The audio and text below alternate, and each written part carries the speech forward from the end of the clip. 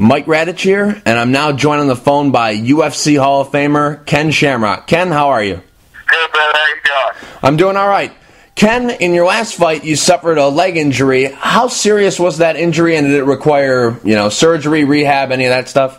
Well, it required rehab, and surgery did require that. It didn't, the end, like I told the hamstring, it didn't tear the end of it where it disconnected, and then I would have to, have surgery going to reconnect. Basically what I did was I tore the pocket, which was the inside of the hamstring, which it swelled, got black and blue, so I had to do some therapy and break up any of the blood clot that was going on in there. And the thing about those kind of injuries is they just kind of hang with you forever. You really got to make sure you warm up, stretch out before you start training or go into a fight. So it's just another injury that I've had that I've overcome.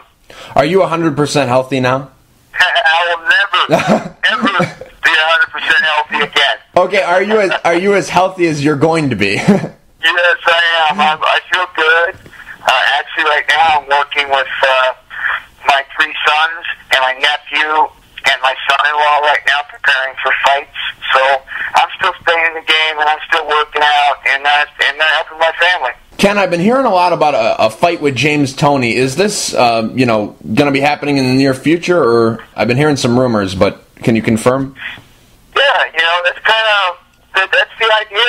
We've talked about it. We've even got face-to-face to try and see whether or not there'd be some excitement about it, and it seems to be taking off pretty good. So, the fight isn't for long now. It's not going to be till February. So then we'll wrap up the advertisement and we'll wrap up the fight itself if everything continues to keep going the way it's going. The rules for that fight, was that your idea to come up with if I take it to the ground, I have 30 seconds to get a finish before it's a stand-up? Was that your idea? Yeah, well, I watched James fight before, and I've watched other people come in from striking.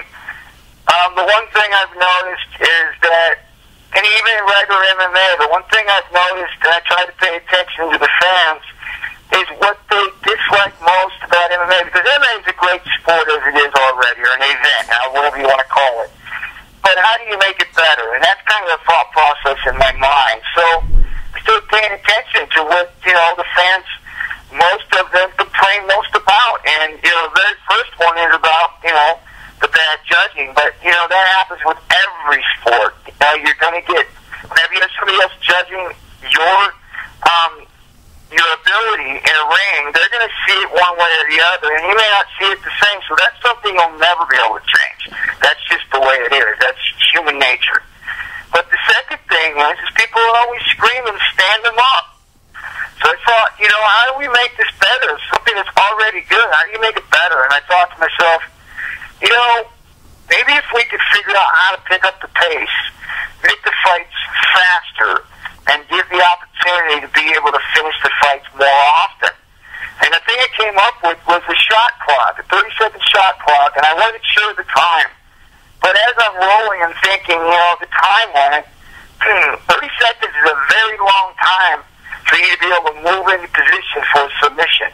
And so I came up with that, the 30-second shot clock. A takedown, you hit the ground, you immediately, when you hit the ground, you cannot sit in the guard. You've got to move for position to try and submit somebody.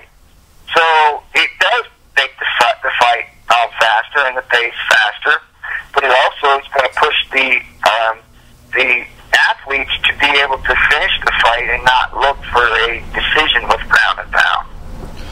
With this fight, was it for the fans you did this? Is what I'm kind of getting from this. You did this for the fans, or was this kind of to entice him to take the fight, or was this to challenge yourself? Because a skilled grappler like yourself, watching the fight that he did have with Randy Couture, were you kind of thinking, hey, I should be able to finish the fight on the ground if it does go there in under 30 seconds? All the above. Obviously I'm taken from the fans. I'm listening to what they would like to see happen more often.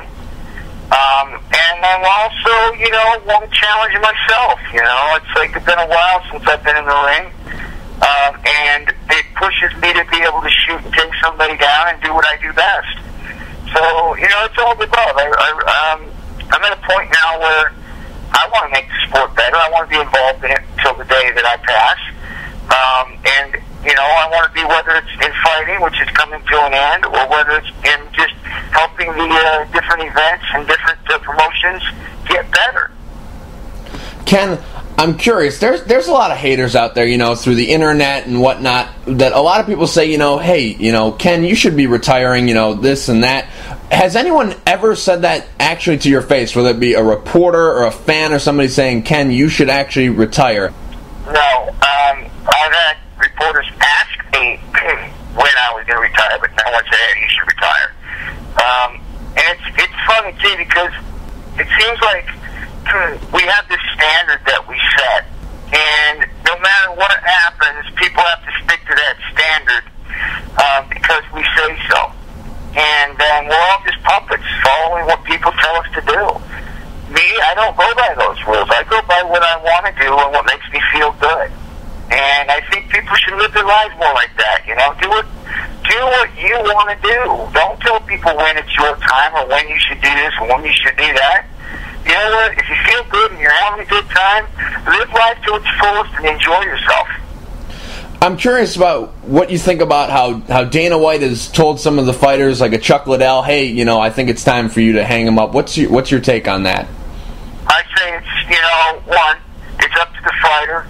If he feels good and he wants to continue on, he has done his part. He has brought money in. He's made people rich. If he wants to fight now for himself, he should be able to do that. He's put in his time. Don't have somebody come up who doesn't know what they're doing and how they're doing it. They've never been in the ring and they've never trained to fight. So how do they know what someone like Chuck Liddell should hang it up or not? Just because he's not winning doesn't mean he doesn't like to compete. Ken, I'm curious, why are you still competing? Is it the love of the sport? Is it the love of competition? I don't know what your financial situation is, but do you need money? I mean, what drives you to continue to fight? Everybody needs money, my brother.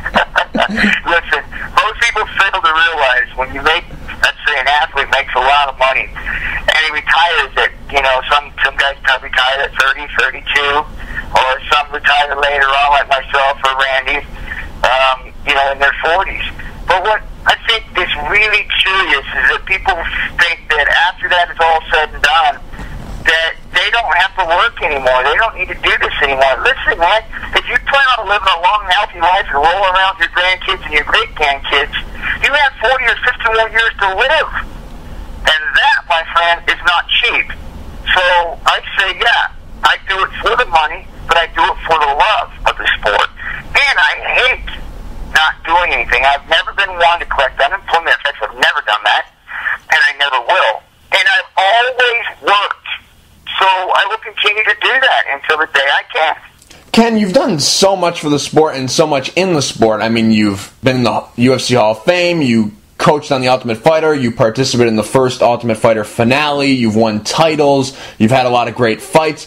Is there still unfinished business for you? Do you still feel that there's stuff that you haven't accomplished? No, that's the beauty of it right now for me, is that I get to go out and take fights that are fun for me, fun for the fans. And the one thing I enjoy most, and I did a seminar the other day, that I get to rub shoulders with the fans, the ones that put me where I'm at today, the ones that gave me an opportunity to be the person I am. So I get an opportunity now to really go out and meet all these people that support me over the years, and that's fun to me. If you had one fight to show somebody, if all your footage of every fight that you ever had was burned and only one was able to survive, what fight would you want to show somebody? Oh, I have to probably say the first fight with Dan Severn, just because that right there was history. It was the first time that they actually crowned a super fight heavyweight champion.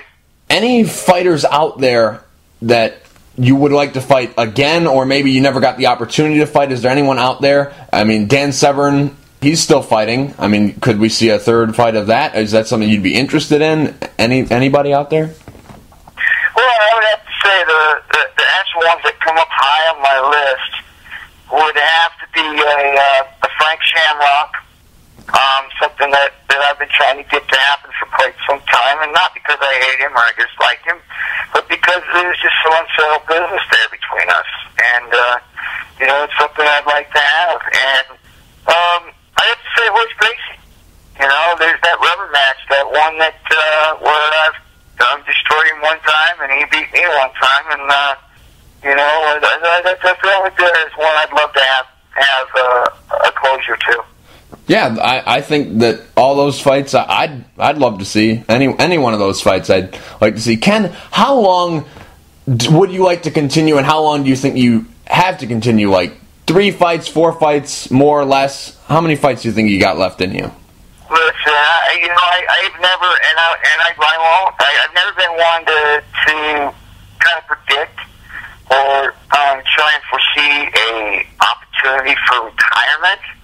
I just kind of go with the flow, and when that time comes, I probably won't even know it. It'll just be gone. Ken, real quick before I let you go, do you have any sponsors you'd like to thank? Anything you want to say to your fans? Well, one thing I want to say is I'm actually doing something I've been doing my whole life, and now I've got an opportunity to do it full-time. It's a passion of mine. It's an opportunity that someone did give back to me, and I get an opportunity to give back to them, is that I'm going in and I'm going to be opening a group home for troubled kids in Gerlach. And I actually got a site right now on which we're raising money to actually build this home and get it started. And if I could get that out, I would love to be able to do that so people can get involved and help out with this project. And it doesn't take anything, because what I'm doing is I'm helping out both sides. People that are investing in it, I want to have an opportunity to give them back some good health. And at the same time, with the money that they use to spend to buy this life shots, is what it's called, it's 50% of it's being donated to the kids' home, and it's a very much a passion I've been working on for quite some time.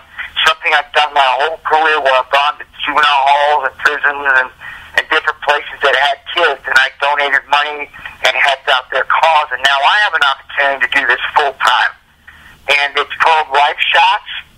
And if you want to get involved and you want to help us start this home and build it, we would love to have your help. And at the same time, I want to be able to give back to you to be able to help with your health.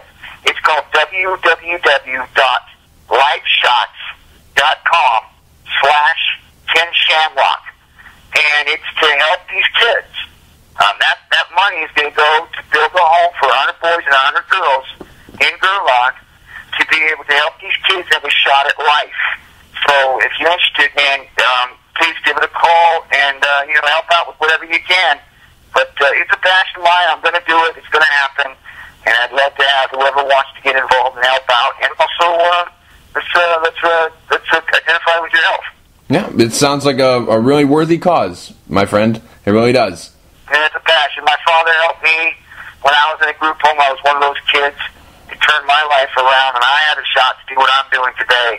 And I can never forget that. So I've been blessed for a bigger stage now with this popularity, and I want to turn around and use it to help kids.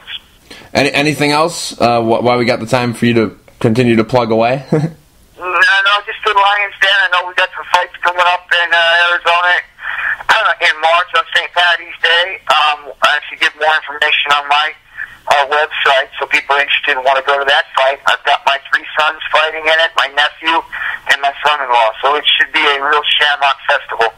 Okay, Ken, I really appreciate you taking the time to talk.